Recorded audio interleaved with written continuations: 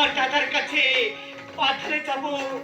আরে ঠাকুর বলছে আরে তোরা যাব পাথরে।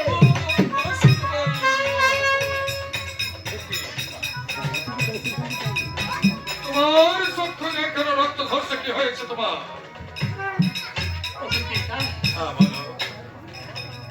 আমি কি আর করবো পিতা?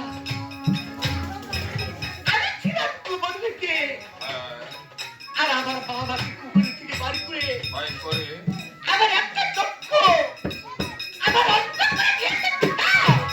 পার্বতী তোমার একটি চোখ বন্ধ করে দিয়েছে।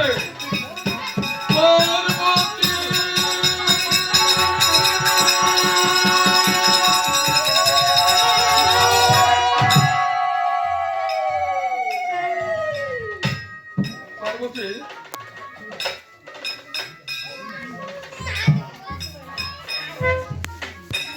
পার্বতী, পার্বতী, পার্বতী, পার্বতীর সর্বশরীর কেন নির্বন্ন হয়ে গেছে? ও হ্যাঁ, আমি বুঝতে পেরেছি। এই গৃহেই তো রয়েছে পদ্মা। তাহলে পদ্মাকে জিজ্ঞাসা করতে হবে।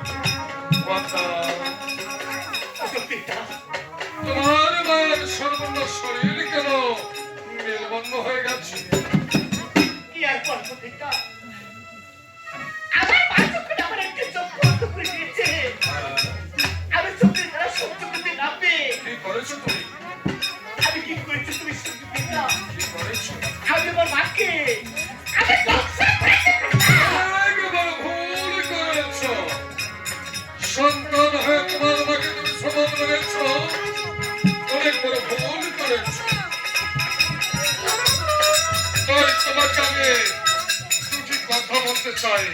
তুমি শুধু চুপচাপ দাঁড়িয়ে কর্ণপাত করবে। বলো পিতা। আর সন্তান যদি পিতা মাতার কাছে কোনোদিনই কোনো অপরাধ করে থাকে, একটি চোখ কেন যদি দুটি চোখে নষ্ট করে দেয়, সন্তানের করার কিছু থাকে না। আর একটি কথা আমি তোমাকে বলবো, বলো পিতা। সে শুধু একাই তোমার মা না, এই ত্রিভুবনের সকলের মা। তার নাম হলো পার্বতী। তাই তোমাকে আমি আদেশ করছি, এই মুহূর্তে তোমার মাকে তুমি সুস্থ করে তুলবে।